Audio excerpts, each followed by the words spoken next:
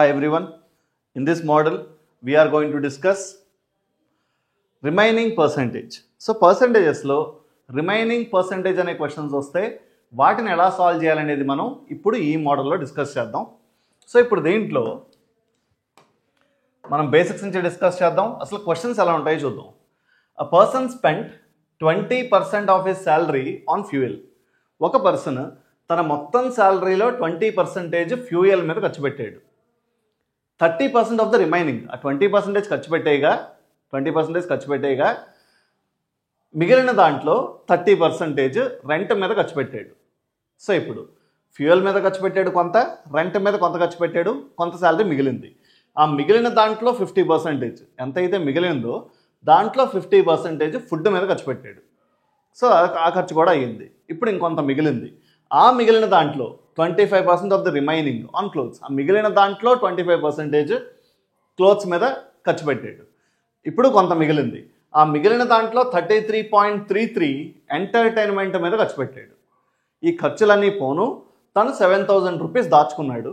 అయితే తన శాలరీ ఎంత, ఇనీషియల్గా తన ఇన్కమ్ ఎంత. ఇప్పుడు మనం దీనిని ఎలా సాల్వ్ చేయాలో చూద్దాం. నేను పర్సన్ శాలరీ 100 అనుకుంటున్నాను. ఒకవేళ 100% అయితే తను ఈ 100%లో 20% ఫ్యూయల్ మీద ఖర్చు పెట్టాడు.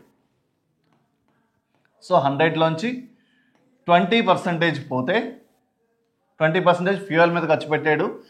ఫ్యూయల్ ఇంకేమన్నా ఇన్వెస్ట్మెంట్స్, ఫ్యూయల్ మీద ఖర్చు పెట్టాడు, రెంట్ మీద ఖర్చు పెట్టాడు, తర్వాత ఫుడ్ మీద ఖర్చు పెట్టాడు, ఫుడ్ తర్వాత క్లోత్స్ మీద ఖర్చు పెట్టాడు, క్లోత్స్ తర్వాత ఎంటర్టైన్మెంట్ మీద ఖర్చు పెట్టాడు. ఇవన్నీ పోను మిగిలింది సేవింగ్స్ అన్నాడు. అయితే ఇప్పుడు 20% ఫ్యూయల్ మీద ఖర్చు పెట్టాడు. ఆఫ్ ద రిమైనింగ్ అంటున్నాడు కాబట్టి నాకు మిగిలింది ఎంతో తెలిస్తేనే నేను క్యాలిక్యులేట్ చేయగలను. 20% పోతే ఇప్పుడు మిగిలింది 80%. ఆ మిగిలిన దాంట్లో 30% రెంట్ మీద ఖర్చు పెట్టాడు. అంటే ఈ 80%కి ఇప్పుడు నేను 30% కనుక్కోవాలి. సో 80 × 30/100, 80%లోనైనా 30% లేదా 80 × 3/10. మనకి ఫ్రాక్షన్ వాల్యూస్ తెలిస్తే 3/10 అని రాసుకోవచ్చు. సో ఇది 3/10 అంటే 24. తను రెంట్ మీద ఖర్చు పెట్టింది 24%. ఇందాక ఎంత మిగిలింది 80. దాంట్లో ఇప్పుడు అతను ఖర్చు పెట్టిందంతా 24. సో 80లోంచి 24 పోతే ఇప్పుడు మిగిలింది 56%. అంటే ఈ 100లో 56 మిగిలింది. ఓకే, తన శాలరీలో మిగిలింది ఇది. ఈ మిగిలిన దాంట్లో 50% ఫుడ్ మీద ఖర్చు పెట్టాడు. దీంట్లో 50% అంటే మనకి సగం అని తెలుసు కాబట్టి దీంట్లోంచి సగం పోతే మిగిలింది సగం. ఖర్చు పెట్టిందేమో ఈ 28% ఖర్చు పెట్టాడు, మిగిలింది ఈ 28. సో ఇప్పుడు ఆ 100%లో 28 మిగిలింది. తర్వాత 25% ఆఫ్ ద రిమైనింగ్, ఇక్కడ రిమైనింగ్ అంటే అంత 28. దీంట్లో 25% క్లోత్స్ మీద ఖర్చు పెట్టాడు. సో దీంట్లో ఇప్పుడు మనం 25% క్యాలిక్యులేట్ చేయాలి. 28%కి 25% అంటే 1/4. 25% అంటే 1/4 కదా. సో 28లో 1/4 ఎంత, 7. సో దీంట్లోంచి 7 క్లోత్స్ మీద ఖర్చు పెట్టాడు. ఖర్చు పెట్టేగా మిగిలినది 21%. సో ఇప్పుడు ఆ 100%లో తనకి మిగిలింది 21%. ఈ 21%లో కూడా 33.33 ఎంటర్టైన్మెంట్ మీద ఖర్చు పెట్టాడు. సో 21లో 33.33 ఆఫ్ ద రిమైనింగ్ అన్నాడు కాబట్టి దీంట్లో 33.33 అంటే 21 × 1/3 ఎంత, అది 7. సో 21లోంచి 7 పోతే 14% ఫైనల్గా మిగిలింది. ఈ మిగిలిన 14% దేనికి ఈక్వల్, మిగుల్చుకున్న డబ్బులకి ఈక్వల్. అంటే ఈ 14% 7,000 అయినప్పుడు అతని ఇన్కమ్ ఎంత, income in terms of percentages is 100%. 14% 7,000 అయితే 100% ఎంత ఇప్పుడు మనం కనుక్కోవాలి. ఇది క్యాలిక్యులేట్ చేయాలి అంటే క్రాస్ మల్టిప్లికేషన్ అయినా చేయొచ్చు, లేదా 14 × 5 70, 14 × 500 7,000. So 100 × 500 gives my answer and it's 50,000. ఇది జనరల్ మెథడ్ ఈ క్వశ్చన్ని మనం సాల్వ్ చేయడానికి. సో ప్రతిసారి మనం పర్సంటేజెస్ అన్ని క్యాలిక్యులేట్ చేసుకుంటూ రావాలి. సో దీనికన్నా సింపుల్గా అవ్వాలంటే ఇదే క్వశ్చన్, ఈజీగా సాల్వ్ చేయాలంటే లెట్ మీ ఎరేజ్ దిస్. ఇప్పుడు ఎలా సాల్వ్ చేయాలో చూద్దాం. నేను ఇనీషియల్గా తన శాలరీని 100% అనుకుంటున్నాను. ఈ 100%లో మనకి క్వశ్చన్ అంతా చదివాక ఫైనల్గా ఏం తెలుస్తుంది, అన్ని ఖర్చులు పోను మిగిలింది 7,000 అని తెలుస్తుంది. సో సేవింగ్స్ నాకు రూపీస్లో ఒక నెంబర్గా తెలుసు. ఇప్పుడు ఒక విషయం మీరు ఆలోచించగలిగితే ఖర్చు పెట్టిన డబ్బులన్నీ పర్సంటేజెస్లో, ఎంత పర్సంటేజ్ అమౌంట్ ఖర్చు పెట్టాడో తెలిస్తే ఎంత పర్సంటేజ్ అమౌంట్ మిగిలిందో తెలుస్తుంది. సో మిగిలిన డబ్బులు పర్సంటేజెస్లో ఎంత, మిగిలిన డబ్బులు రూపీస్లో ఎంత, ఎంత పర్సంటేజ్ ఇన్ని రూపీస్ అని తెలిస్తే మొత్తం ఇన్కమ్ మనం ఫైండ్ అవుట్ చేయగలుగుతాం. అది ఎలా తెలుసుకోవాలి అంటే ఖర్చు పెట్టిన డబ్బుల్ని వదిలేయగా మిగిలింది కదా మనకు కావాల్సింది, ఖర్చు పెట్టిన డబ్బులన్నీ తీసేయగా మిగిలిన ఎంత పర్సంటేజ్ అనేది ఇప్పుడు మనం కనుక్కునే ప్రయత్నం చేద్దాం. సో 20% ఫ్యూయల్ మీద ఖర్చు పెట్టాడు. 20% ఫ్యూయల్ మీద ఖర్చు పెట్టేశాడు అంటే ఇప్పుడు అతని శాలరీలో ఎంత మిగులుతుంది, 80% మిగిలింది. 20 పోయింది కాబట్టి 100లో మిగిలినది 80 ఇంటూ ఈ మిగిలిన దాంట్లో 30% రెంట్ మీద పోయింది. 30% పోతే ఇప్పుడు ఎంత మిగులుతుంది, 70% మిగులుతుంది. 70/100 ఇంటూ, సో సింపుల్గా చెప్పాలి అంటే 100 - 30 70, 100 - 50 50, and then 100 - 25 75, 100 - 33.33 66.66. 66.66ని 2/3 అని రాయొచ్చు. 66.66/100 అని రాయడం కన్నా 2/3 అని రాసుకోవడం బెటర్. సో ఇప్పుడు ఇది మనం క్యాలిక్యులేట్ చేద్దాం. దీంట్లో 20 × 4 20 × 5 మనకి ఫ్రాక్షన్ వాల్యూస్ తెలుసుంటే నేను 80/100 బదులుగా 4/5 అని రాసినా మీకు ఈజీగానే అర్థమవుతుంది.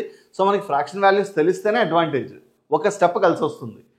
70/100 is 7/10, 50/100 is 1/2, 75/100 25 3s 25 4s, 3 and 3 gets cancelled, 2 and 2 gets cancelled, 4 and 4 gets cancelled.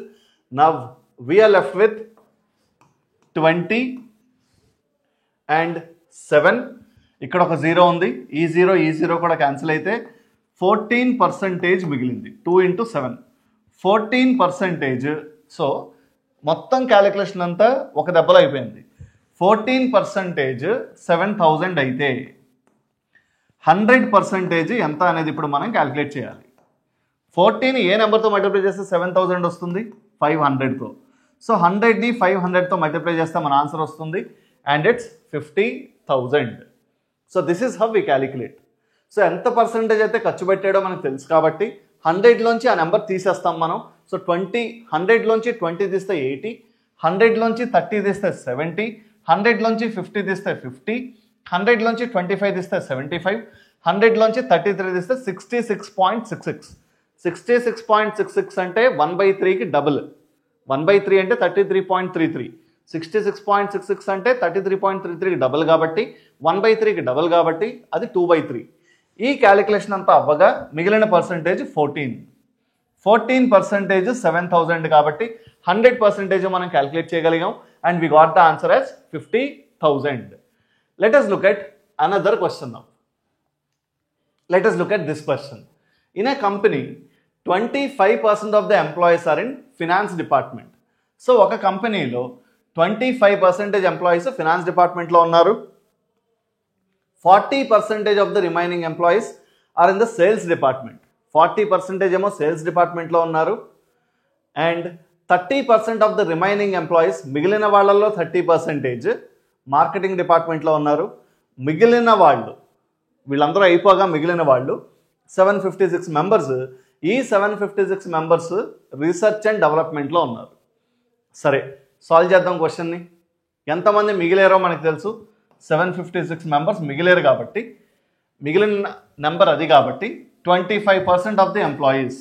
ఇనీషియల్గా 100 అనుకుందాం, 25% కాబట్టి 100 minus 25 gives you 75 multiplied by 40% of the remaining employees. So 40% of the remaining employees, we shall do one thing. Manam fraction values rasukundam, which makes our work really very easy. 75 by 100 ante 3 by 4. 40% of the remaining employees. 40% of the remaining ante 60. 100 minus 40 is 60. 60 ante that's 3 by 5. 3 by 5. Okay, 60 by 100 ante 3 by 5.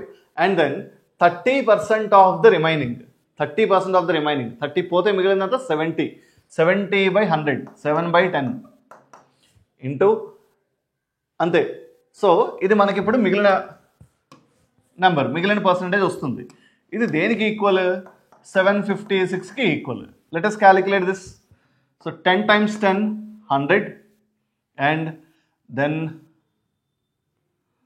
5 times 2, 2 times 2, that's it. 3 into 3, 9. 9 into 7, 63. 63 by 2, 63 by 2, 31.5%. 756 అయితే 100% ఎంత? 31.5 756 అయితే 100% ఎంత? 31.5కి double ఎంత? 63. 63కి 756కి relation ఎంత? Into 12. 63 into 10 630. 62 into 10 630. 63 into 2 126. 63 into 10 630. 63 into 2 126. Sum of these two is 756. అంటే 31.5ని దేంతో multiply చేస్తే 756 వచ్చింది? 2తో మల్టిప్లై చేస్తే 63 వచ్చింది. దానిని 12తో మల్టిప్లై చేస్తే 756 వచ్చింది. So 100 into 24 gives your answer and it's 2400. Clear? లేదా మనం క్రాస్ మల్టిప్లికేషన్ చేసుకోవచ్చు. 31.5 756 అయితే 100 ఎంత? క్రాస్ మల్టిప్లికేషన్ చేస్తే 100 into 756 by 31.5. ఇది క్యాలిక్యులేట్ చేస్తే we will get the same number again. Let us look at another question of, hope this is clear. ఇప్పుడు ఈ క్వశ్చన్ డిస్కస్ చేద్దాం. Suresh distributed some amount to his 3 children A, B and C. So Suresh కొంత అమౌంట్ని తన ముగ్గురు పిల్లలకి, ABC అనే ముగ్గురు పిల్లలకి డిస్ట్రిబ్యూట్ చేశాడు. ABC. Okay, 16.67% of the amount given to A. ఏకి 16.67 ఇచ్చాడు. 16.67 అంటే ఎంత? 1/6. 1/6 ఇచ్చేగా ఎంత మిగులుతుంది? ఈ క్యాలిక్యులేషన్ ఎలా తెలుస్తుంది అంటే, ఫ్రాక్షన్స్లో అయితే 1లోంచి సబ్ట్రాక్ట్ చేస్తాం, పర్సంటేజెస్ అయితే 100లోంచి సబ్ట్రాక్ట్ చేస్తాం. మిగిలింది తెలుసుకోవాలి అనుకుంటే సో 1లోంచి 1/6 తీసేస్తే, 1లోంచి 1/6 తీస్తే 6 - 1 5, 5/6. సో 1లోంచి 1/6 తీస్తే 5/6 మిగిలింది. ఇంతకీ ఫైనల్గా మాట్లాడుతుంది మిగిలిన దాని గురించేనే కాదా ఒకసారి చూద్దాం. 16.67% of the amount given to A, 40% of the remaining amount given to B and the remaining amount given to C. మిగిలిన అమౌంట్ సికి ఇచ్చాడు. ఎస్, మిగిలిన అమౌంట్ గురించే మాట్లాడుతున్నాడు కాబట్టి 5/6 మిగిలింది, ఏకి ఇచ్చేయగా 5/6 మిగిలింది, into 40% of the remaining amount, మిగిలిన దాంట్లో 40% బీకి ఇచ్చాడు, బీకి 40% ఇచ్చేయగా మిగిలింది 60% అవుతుంది. 60%కి ఫ్రాక్షన్ వాల్యూ 3/5. 3/5 ఇది దేనికి ఈక్వల్? 6450. ఈ అమౌంట్ అంతా బీకి ఇచ్చాడు. సో బీకి ఇచ్చిన పర్సంటేజ్ ఇది, ఫ్రాక్షన్ వాల్యూ ఇది. మనం ముందు మాట్లాడుకున్న దాన్ని బట్టి ఒకవేళ మనం పర్సంటేజెస్లో కనుక ఈ వాల్యూస్ని క్యాలిక్యులేట్ చేస్తే ఇక్కడ మనం 100 into అని కన్సిడర్ చేయాలి. ఒకవేళ మనం ఫ్రాక్షన్స్గా కన్సిడర్ చేస్తే ఇక్కడ 1గా వదిలేస్తాం, 1తో కంపేర్ చేయాలి. సో ఫ్రాక్షన్స్ అంటే మనం పర్సంటేజెస్కి అలవాటు పడ్డాం కాబట్టి లెట్ ఇట్ బి 100. ఇప్పుడు మనం దీనిని క్యాలిక్యులేట్ చేద్దాం. 3 times 2, 5 and 5 gets cancelled. So ఎంత వచ్చింది? 50% వచ్చింది. 50% 6450 అయితే 100% ఎంత? 50% 6450 అయితే 100% ఎంత? దీనిని మనం 2తో మల్టిప్లై చేస్తే 100 వస్తుంది. దీనిని 2తో మల్టిప్లై చేస్తే we will get our answer. So 6450కి నా ఆన్సర్ డబల్ అవ్వాలి. So it's 12900. Clear? So Suresh అనే పర్సన్ తన ముగ్గురు పిల్లలకి డిస్ట్రిబ్యూట్ చేసిన amount 12900. Let us look at this question now. Sarath took a loan. He purchased a flat from 60% of that amount. తను loan తీసుకున్నాడు. ఆ మొత్తం అమౌంట్లో 60% ఏమో ఒక ఫ్లాట్ కొనుక్కోవడానికి ఖర్చు పెట్టాడు. And purchased a bike with 10%. So మొత్తంలో 10%తో బైక్ కొన్నాడు. 60%తోనేమో ఫ్లాట్ కొన్నాడు, 10%తోనేమో బైక్ కొన్నాడు. And invest 80% of the remaining amount on mutual funds. So మిగిలిన దాంట్లో 80% మ్యూచువల్ ఫండ్స్ మీద ఇన్వెస్ట్ చేశాడు. 50% of the remaining amount in shopping. So మిగిలిన దాంట్లో 50% షాపింగ్ మీద. ఇందాకటి క్వశ్చన్స్కి దీనికి డిఫరెన్స్ ఏంటి? ఇది అబ్జర్వ్ చేయండి. 60% అమౌంట్తో ఫ్లాట్ కొని 10% ఆఫ్ ద రిమైనింగ్ కాదు, మొత్తంలోనే 10% అది. ఇది ఒక్కటి మనకు అర్థమైతే మనం ఎర్రర్స్ లేకుండా ఈ క్వశ్చన్ని సాల్వ్ చేయగలుగుతాం. సో 60% ఫ్లాట్ మీద ఖర్చు పెట్టి 10% బైక్ కోసం ఖర్చు పెట్టాడు కాబట్టి మొత్తం శాలరీలో ఇప్పటికీ 70% తను ఖర్చు చేసేసాడు. 70% ఖర్చు చేసేస్తే ఎంత మిగులుతుంది? 30% మిగులుతుంది. Is that clear? 30% మిగిలింది. సో ఇప్పుడు మనం దీన్ని ఎలా క్యాలిక్యులేట్ చేయాలి? 70% క్యాలిక్యులేట్ చేసేసాడు కాబట్టి 30/100 are 3/10 multiplied by 80% of the remaining. 80% of the remaining అంటే 20/100. You guys should be able to understand this language. అక్కడ నేను 80 అని చదువుతున్నాను, ఇక్కడ నేను 20 అని రాస్తున్నాను. You guys need to understand this. 80 పోయింది కాబట్టి మిగిలింది 20. 50% of the remaining అంటే 50/100. ఇది మిగిలింది కాబట్టి దట్స్ 90,000. దట్స్ 90,000. సో 100తో మల్టిప్లై చేయాలి. పర్సంటేజెస్లో క్యాలిక్యులేట్ చేస్తున్నాం కాబట్టి. Let us calculate this. 2 zeros and 2 zeros. 2 zeros and 2 zeros. 50 times 2, 100. 2 and 2 gets cancelled. తనకి వచ్చిన మొత్తం లోన్లో 3% 90,000 అయితే 3% 90,000 అయితే మొత్తం వచ్చిన లోన్ ఎంత అంటే 100% అమౌంట్ ఎంత?